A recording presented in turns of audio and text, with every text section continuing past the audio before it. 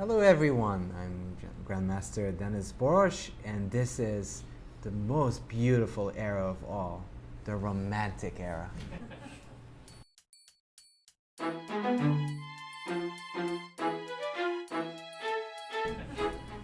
And today I'm going to introduce a legend, a tragic hero. Ruben Fine called him, all of his games are like John Keats' poems, all tragic and unfulfilled beauty. Obviously, I paraphrased there.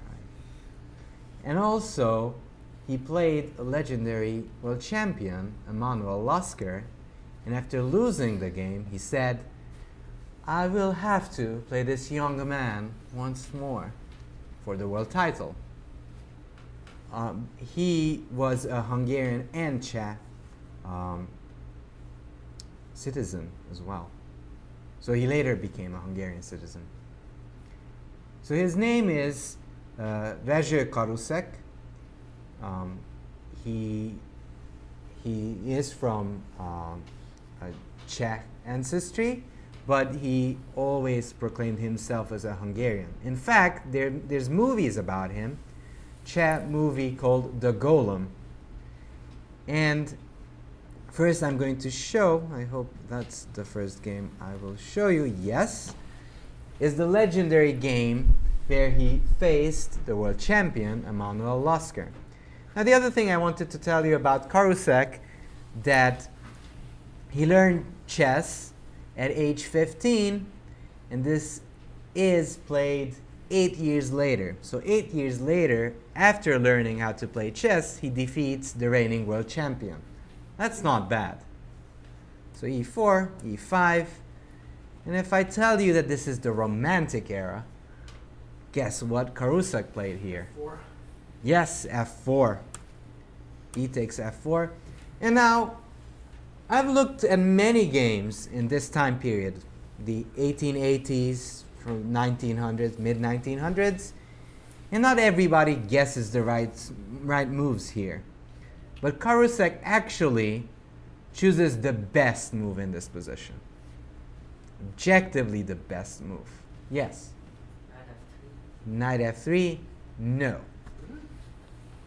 Yes? D4? No, not d4. Bishop c4? Bishop c4. That's the best move. Yes, and it's according to Fischer as well. And note, we're in 1896. And Charousek plays the best move in the King's Gambit, which is something. I promise you, he didn't have a computer. He didn't cheat. Trust me. So d5, obviously Lasker is no slouch. He plays the best move. Takes, queen h4 check, which is a little bit off, actually. You're supposed to play knight f6, knight c3, bishop b4. Lots of games here. You know, people who played this with white was Morozevich, Bronstein. You know, people we barely heard of. All right, so that's the main line. But queen h4 check is a reasonable move, right? How should we continue with white? Yeah? King f1. Yeah, king e2 just looks funny. It will block everything. So king f1 is just reasonable. g5. Knight f3. Queen h5. And Charousek keeps pounding away. Will not stop until he just crashes through against Lasker. How did Charousek continue here? So actually, one of the most basic principle of the King's Gambit is attack the f7 pawn. Actually, that's the deep concept, the whole thing. So how can white mount some pressure on this f7 pawn?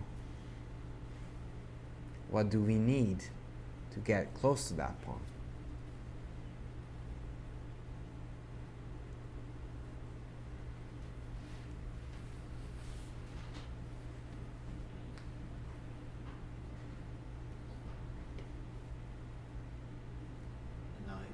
A knight, yes. So we have what we want to bring close to that pawn. Now we just need to find the method, yes? H4. Now we just have to understand why is H4 any good. Now, Lasker plays bishop G7. First we have to understand why he plays bishop G7. Our first question is obviously, why not G4? Why not G4 then? Yeah? Knight G5? Won't I trap your knight? Okay, I can't play F6 because that would land into this nasty check. And you're losing. And D4 and it's just losing. So black must play knight H6. Now, it's a big question here. What should we do now? Because this knight does look funny here, a little bit. So, question is if F6 from black is a big threat or not.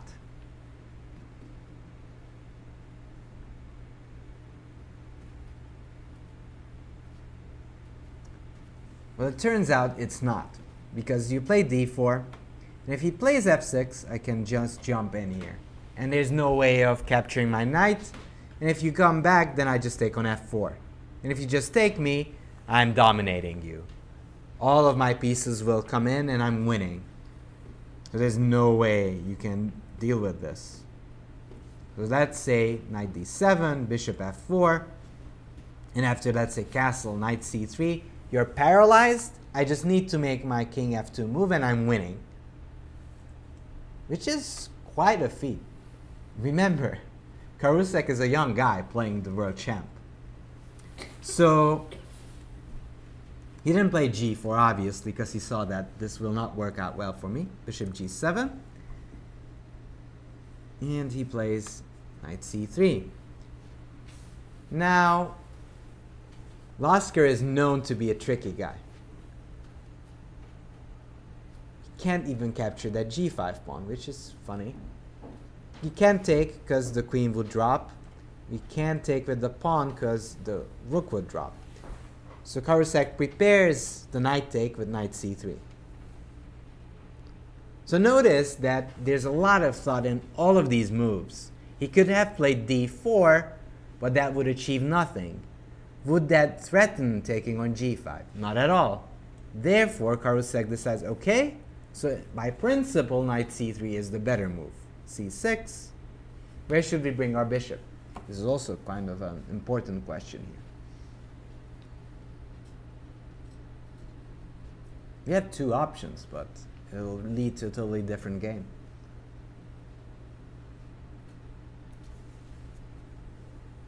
Yes? Where would you bring your bishop and why? D3. Okay. Bishop C4 is a D5. So you're saying you would bring your bishop to B3 because if you bring it to C4, it would be hit by B5. Anyone else? Any other thoughts? What would be the positives of bishop C4? Yes. Yeah, you can play bishop E2. Does our king have enough shelter?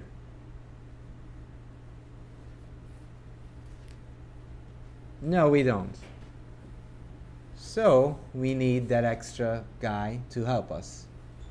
And actually, that's why we play bishop C4. I mean, Rudolf Charousek played bishop C4. We need that defender there. Bishop G4, and now D4. We played 9 moves without D4. That's Grandmaster play. Knight D7, and actually the next move is probably the prettiest. It's not like an outlandish sacrifice, but it's still quite aesthetic.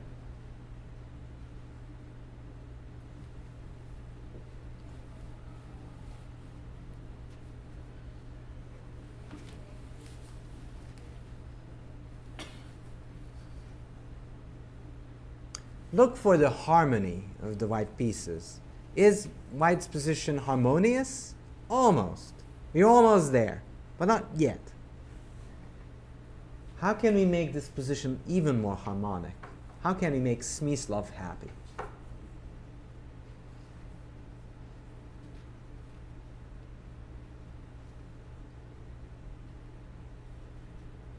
What's the ugliest piece in our position?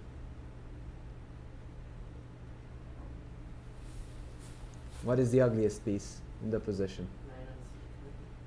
Knight on c3. Could be. Bishop on c1. Rook on a1. What about the ruler? What about the ruler of all? The ruler of all on f1 is terrible. So he goes king f2. And this is a very, very stylish move, connecting both of these pieces. And suddenly, for like moves, you didn't threaten to take on g5. Suddenly, you have no more hope of holding your position together that way. If you take, I take on h4 and bishop f4, and my position is just beautiful. I have everything out, your pieces are all scattered around, and I'm positionally much, much better. So he takes on f3, g takes f3, and we solved almost all of our problems. There's only one problem that white faces, and that's the king that we have in the center. We would be almost winning the battle, and you'll see that Charousek will solve this easily. We actually threatened to take g5, but the problem is, because the queen is on h5, h6 doesn't help because we take, and then this pawn on f4 will be weak forever. So he long castled. And now we'll have to find a thematic way of preserving the advantage, which Charousek does really well.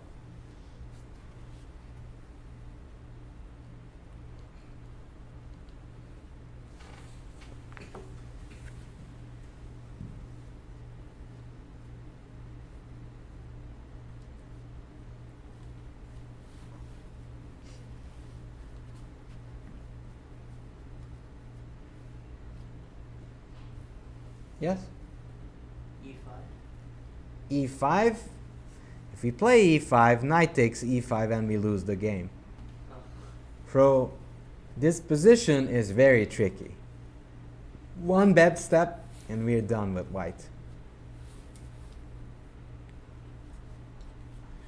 Well, what were we doing all these moves? What was our main plan when we played h4? To take on g5. Should do it now then. Take. Now, we achieved our positional goal. We have a beautiful center. But we don't want to get checkmated with queen g3 check. So we might have to find a way to solve that issue.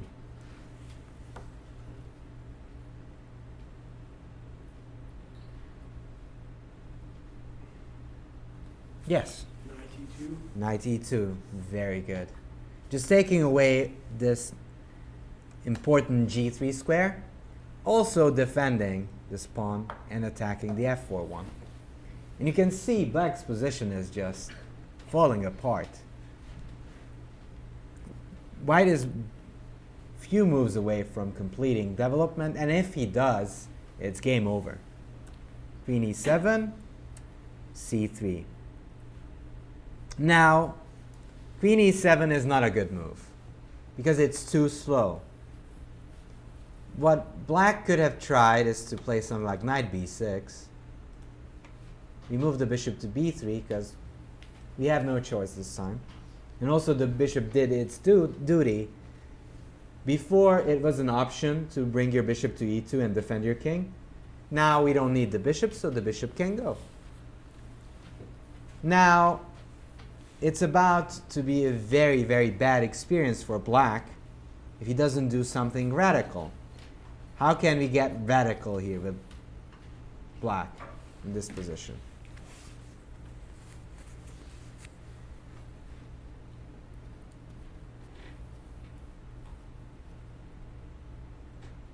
Meaning going tall on this position with black.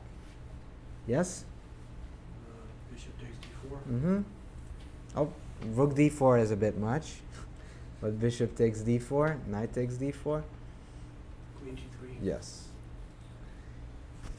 And this is not correct, unfortunately, and probably Lasker knew this is bad for him. King e2 is a very strong move here. And miraculously, the king feels really safe there. Because if c5, you say, I'm just building my center with c3. Takes, and it's over. And knight f6 takes, and even if you sacrifice, it's not enough. And you're losing. You can even go bishop d2 if I'm very scared. But just to see how sharp this is, king f1 wouldn't be too good. Because the rook d4 would work here. Takes. You have to move the king here and perpetual, and thank you for having me. Because after queen f2, I just take your rook. And suddenly you're dead lost with white. So this is one of the sharpest positions possible, at least in e4, e5. So bishop d4, this concept would have been a bit more challenging for white, even though it's losing. But Lasker tries his luck, slowly try to wiggle out, but he won't. c3, knight e5. It's a cute little tactic, but it does nothing. Absolutely nothing. Now, our king is kind of safe with white, but we still need to develop our pieces very well to actually win this game with white. What did Rudolf Charousek play here?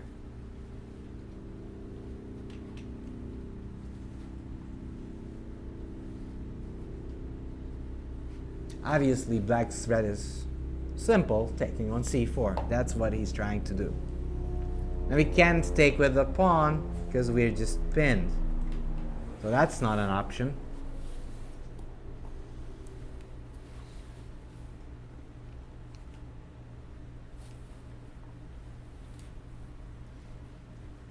Yes? Queen a4. Queen a4. That's what Charousek played. And I like this move, honestly, because it follows the principle of if you see a good move, try to make a better one.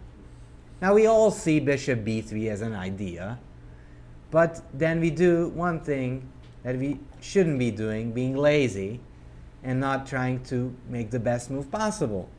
With queen a4, he forces Lasker's hand and says, okay, are you going to take my bishop or not? If not, you're wasting time with your knight. And also gave me free time to develop my queen. But if you do exchange, as he did, I develop my queen, I only need to develop my bishop, and it's game over. Knight f6, we look around, we look at the audience, we take the pawn on f4, and we know we're going to beat Lasker. Because the only thing left would be some knight takes e4 tricks, but it doesn't work clearly. It's just insufficient. Like if you take, I would even consider like tricky ideas of rook h3 and just sliding the rook to e3. Like if you go here, just rook e3 and bye-bye. And you have nothing here. No play against my king. So he plays knight d7. And obviously we can state right now that white is totally winning. But it's not always easy to win these winning positions. So Charousek looks for an idea that would stabilize his advantage. And if we think about what knights love most, we'll find Charousek's plan. Yeah? Knight g3. Yeah, knight g3, heading to f5.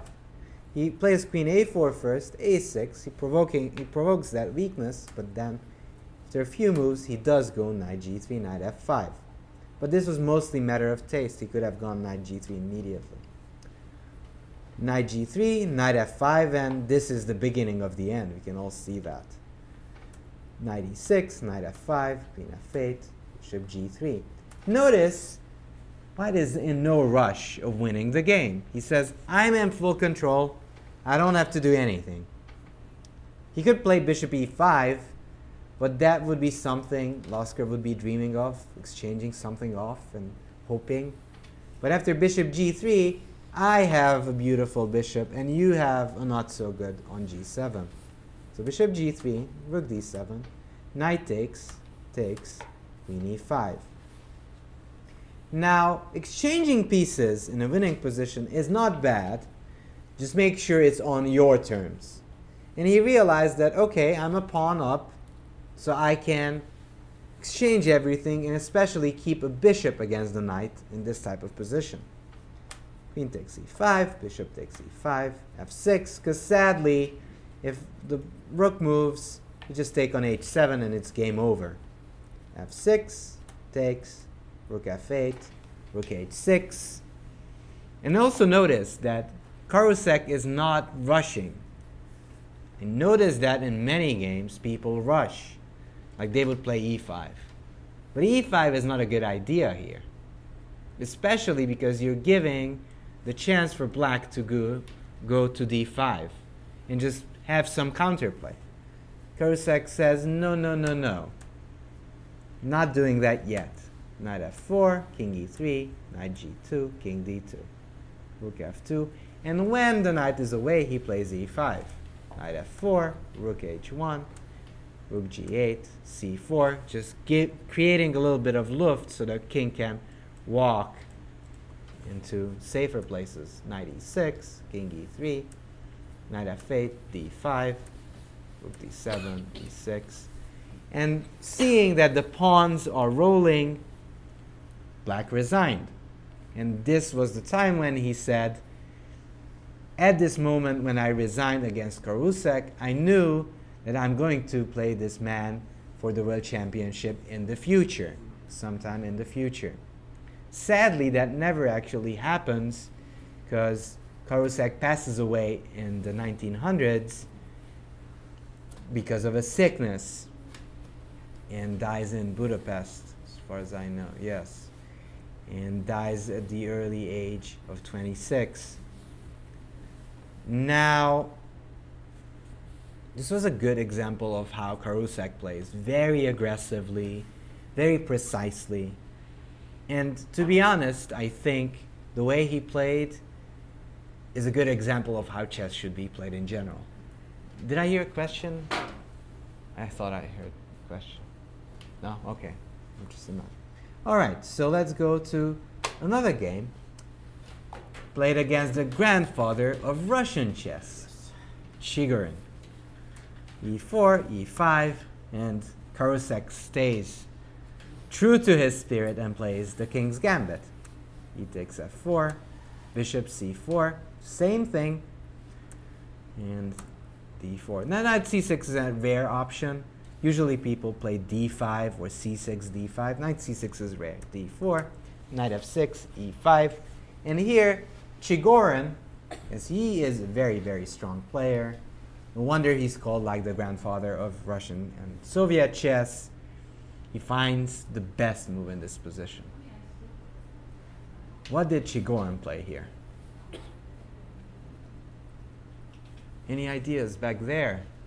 How could Chigorin punish White for playing e5 so early? He's attacking the black knight, but that doesn't mean that Chigorin will move his knight.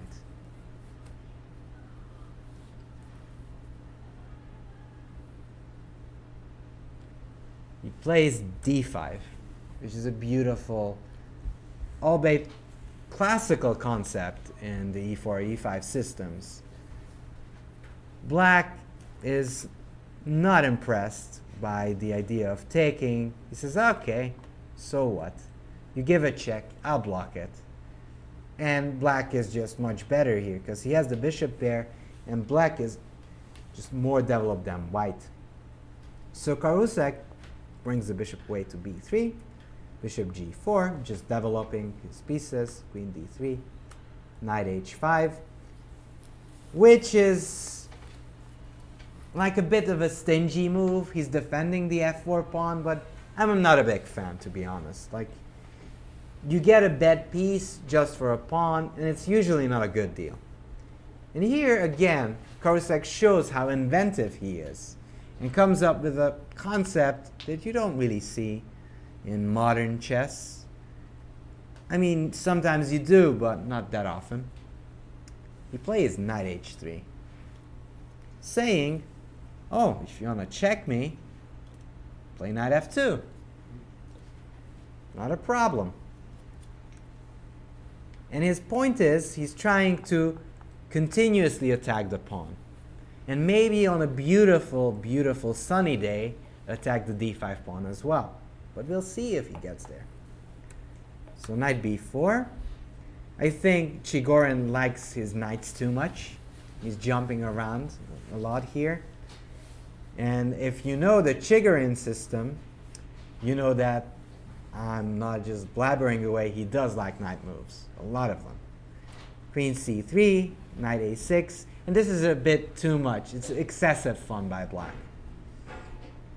The position is close, so he's not lost. But I think that this was kind of wasting time.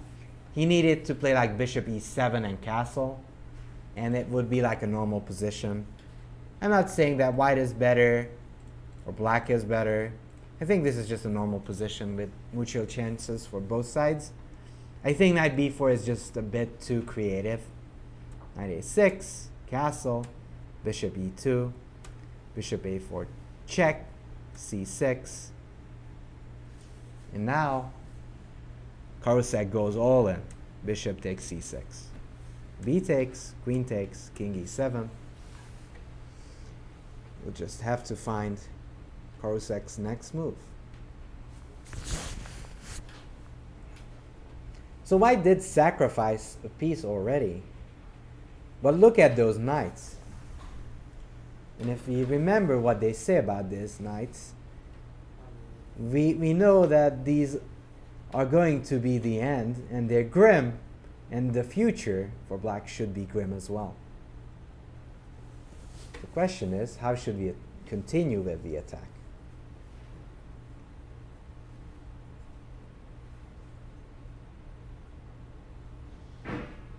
Yeah? Yeah, knight f4. That's what he plays. Knight f4, bishop f4. Now, leaves the rook hanging, doesn't care. yeah, he doesn't care about rooks. He's going for checkmate. So black plays h6, but funnily enough, takes. The best move is a romantic move, obviously, because it's an era about the romantic era. So white to move and play a very beautiful idea actually here.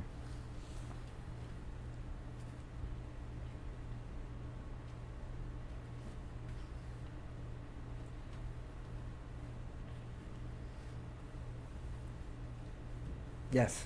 Bishop g5. Bishop g5, I have f6 for that at the moment. Yeah. Take. Bishop takes. Yeah. Queen the queen. Yes. So bishop g5 is the right idea, but not the right order.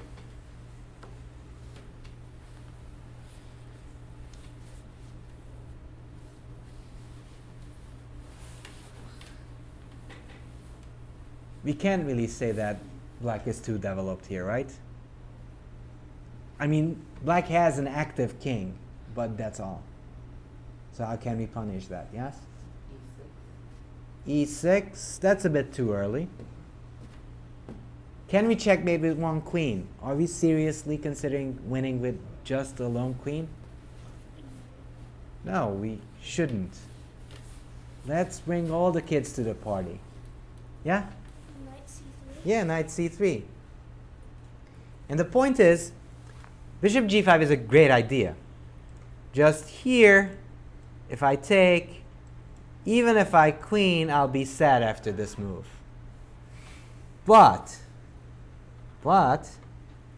after knight c3, well, first off, this knight takes d5 is quite powerful. It's almost winning there. And if you move the bishop now I have here check, takes, and this is the big difference, that the bishop moved. And Charousek obviously knew that this is in the air, so knight c3 is quite a beautiful idea here. So takes, played h6, knight c3. Still not bothered. Bishop c4, e6. He played e6 now. Because bishop g5 is already taken care of, we can't use that. e6, rook c8, and now Charousek plays a beautiful move.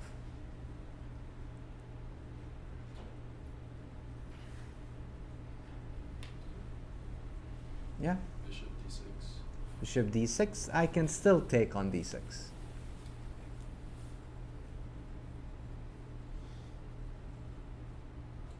Even though I think that's also really good. He played bishop c7. And this is just a massacre. Bishop c7 is a beautiful. Bishop d6 I think is also really good, but bishop c7 is very stylish. Because if takes, I take, check, king d8, and now Charousek has a deadly move here. Yeah? Rook d7, and saying, okay, I'll take it now. Check. And, well, we can take everything, or if you want to end it, we can play queen d7 and checkmates. So bishop c7 played, f takes e6, queen was taken, and rook f7 comes. Bishop e7. Okay, obviously Chigorin is still trying, but to no real avail. b3 takes, and here he realized that this attack is just too strong. All right, so we've seen two fabulous games by Rudolf Charousek, but let's go and look at one of the most famous games by Charousek, actually. So e4, e5, and for a change, we're going to look at a different opening, and Charousek played something else. He played d4, c3, the Danish Gambit. And if you notice, it's 1893. Charousek actually was a huge innovator. He might actually be the first one playing this system. I'm not sure about that, but it's highly possible. Talking about Charousek, he invented this system. It's named after him, actually, and been played by Tigran Petrosyan, Karpov, Kasparov, Carlsen, Topalov, so everybody. Just so you know that Charousek, even though he plays brilliant attacking games, he was a very innovative player and probably a genius. So it's a pity that he couldn't play a World Championship match against Lasker. So d4, coming back to the game, c3, d takes c3. Remember, you're in the Romantic era. You're not in the era where I play d5 and say, oh, I can draw this game somehow. So black goes, okay, it's another free pawn. Let's take it. Bishop c4, knight f6, and it's just very exciting. Obviously, just because you're in the Romantic era, you don't go crazy and take everything. Because then, with these two bishops staring down at you, I mean, you would be legitimately scared. So Wollner doesn't do that. He plays knight f6, knight f3. Look how Charousek doesn't care about the pawn. Take my pawn, he says. Bishop c5, and now, okay, He says, I have no choice. d6, castle, castle. Now, often the trouble with these gambits is that you run out of attacks. And then you have to resort to your own imagination to find a way through. And Charousek has an imagination and finds a way to blast through the black defenses. Any ideas how he tried to break down this barricade that black built?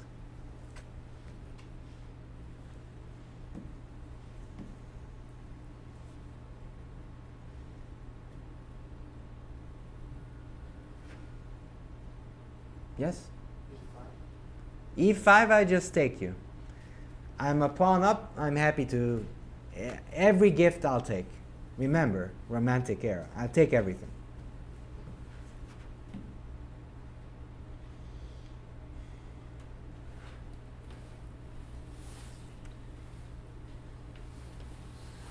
So Charousek goes knight g5.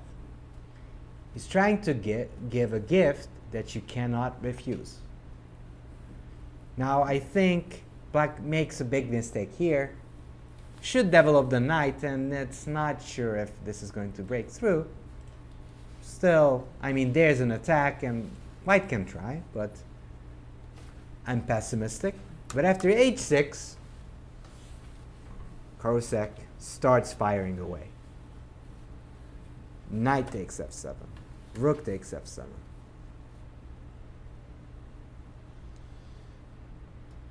And plays a very good move. Yes? Queen b3. Queen b3, then I defend my rook. Yes? Now E5. Now e5. Yes, because if I would take, I can kiss goodbye to my queen, right? So that's not good. Have to move the knight. But again, Charousek was ready for knight g4.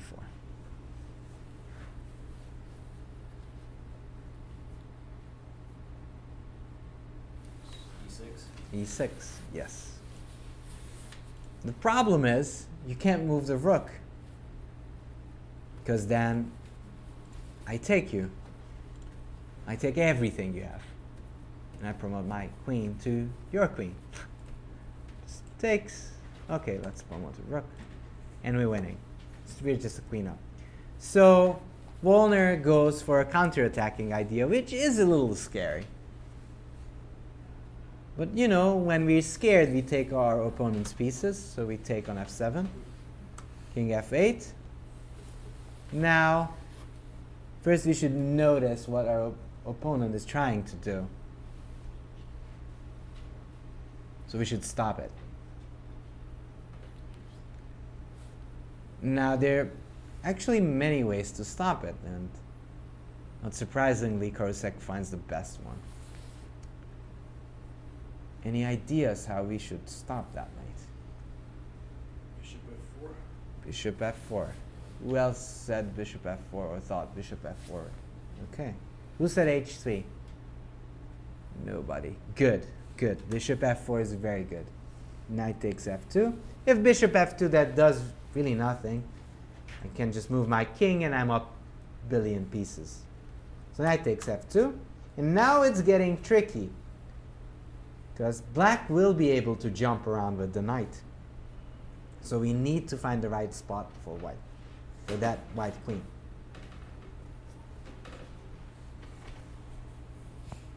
Yeah? We need to. Bishop d7 will come next. Check. Bishop d7. Rook ae1, because he's getting ready to have some ideas. Knight c6. And Charousek to move and finish in a spectacular way.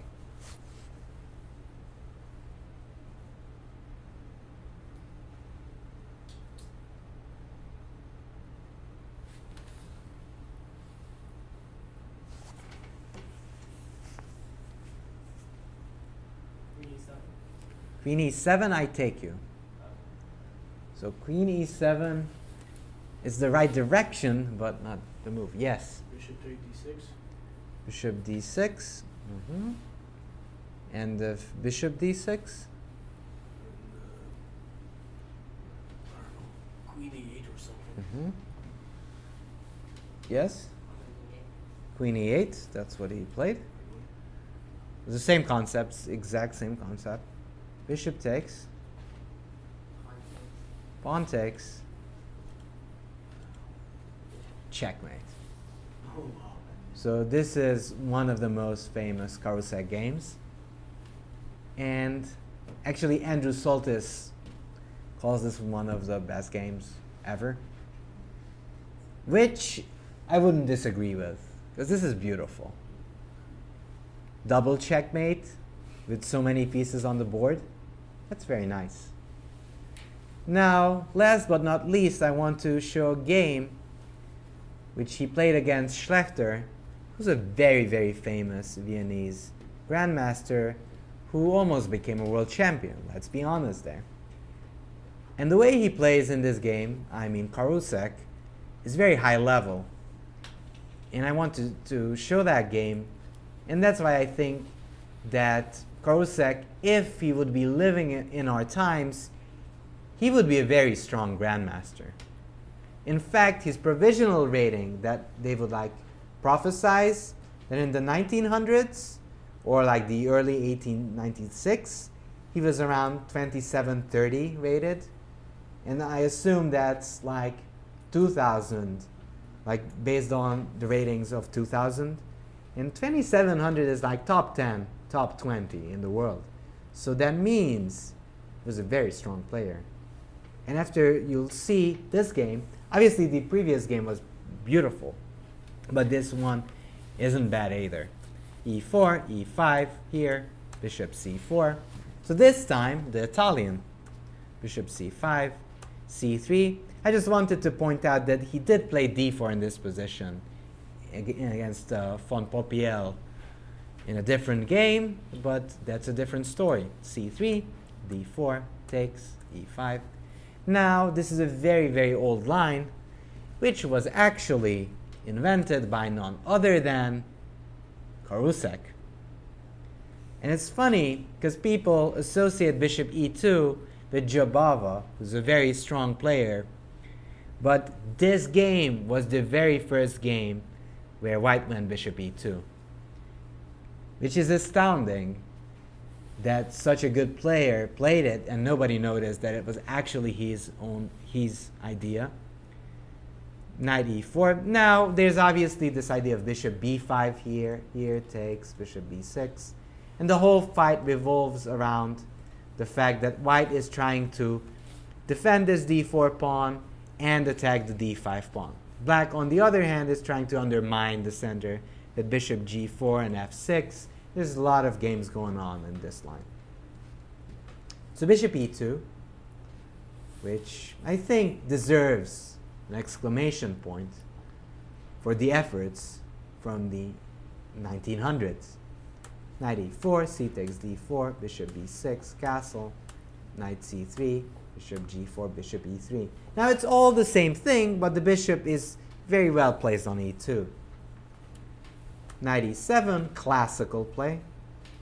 Many, many grandmasters would do the same right now. Knight e7. And here, Charousek starts to play thematically. How can we get rid of this e4 knight? That would make our life much, much easier. And Charousek goes just for that.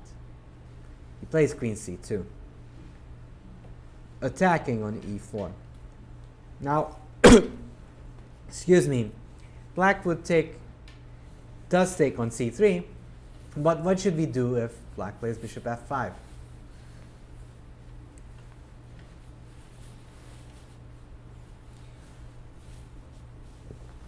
Obviously, we can renew the threat with bishop d3, right? And as we're attacking with too many pieces, black will have to give away and obey to our wishes. So Schlechter decides to take on c3, takes knight g6. And the reason I'm just so impressed with this game is that how creatively Charousek plays. And in fact, his next move is quite nice. it's more strategical. It's not like a winning shot, like as we've seen in the previous game. It's more of a builder move, building for future events. So we notice that we have a kingside majority, right? We might need some more space to be able to roll with our pawns. So how could we do that? Yes? Knight e1. Well, that's a bit too passive. It's not a bad idea, but it's a bit too passive. But you're looking in the right direction. We are trying to open up the road for this f-pawn.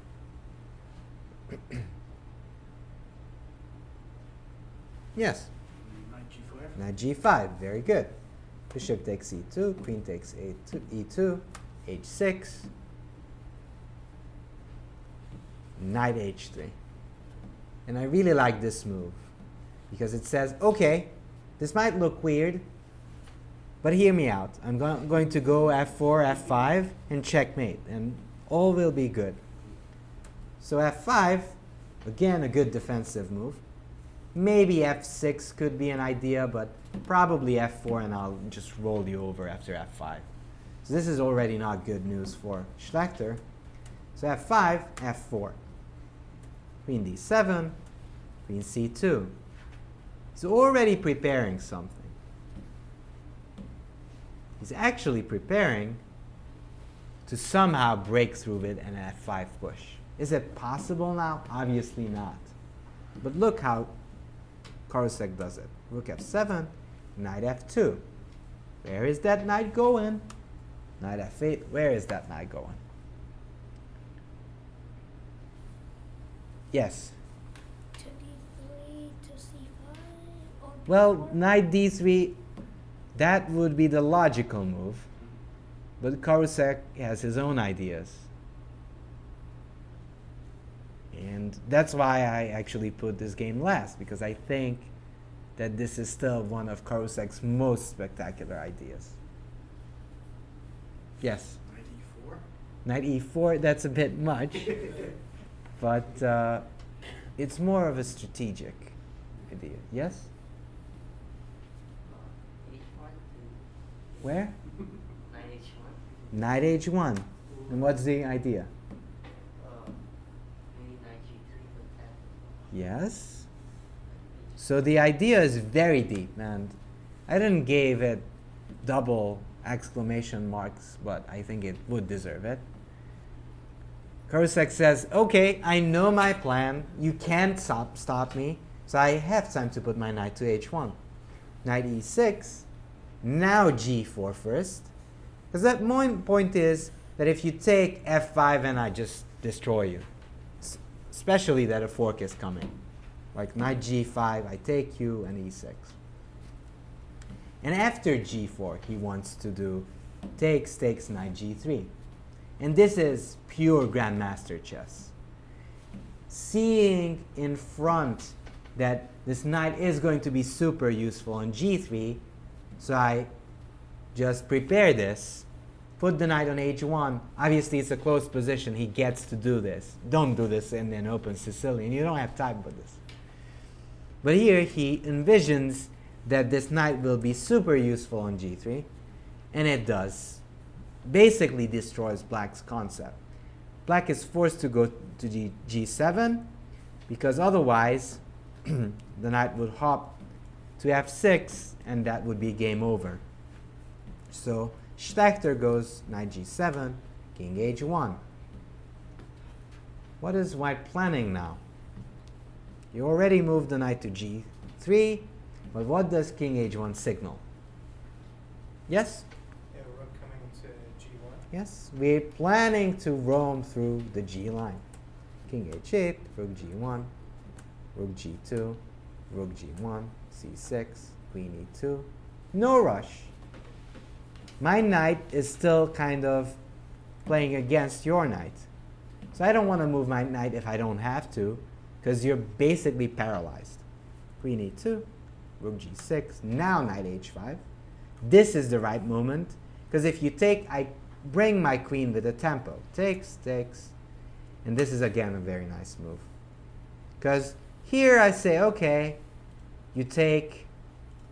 In fact, this is so good for white. The white play was so good that queen h6 actually wins here. Because rook h7 just runs into mate. Checkmate. So black can't even take immediately, but then queen takes g2, and I pin you. Because if you take, it's checkmate. Bishop d8, e6, queen takes e6, knight g7, queen e3, knight e6. And black resigned because this is a classic double attack. You can't defend against mate or losing the bishop. You can play queen e4, which we are not forced to take. We just take the bishop and it's over. You take, and I'm a piece up, so it's over. So this was Rudolf Rezső Charousek, one of the biggest talents of that time, at least in these late 1900s, I mean late 1890s, 1900s. He was a great, hopeful player, and sadly he passed away early, but I hope I showed you that he had true potential and he was a wonderful chess player. Thank you.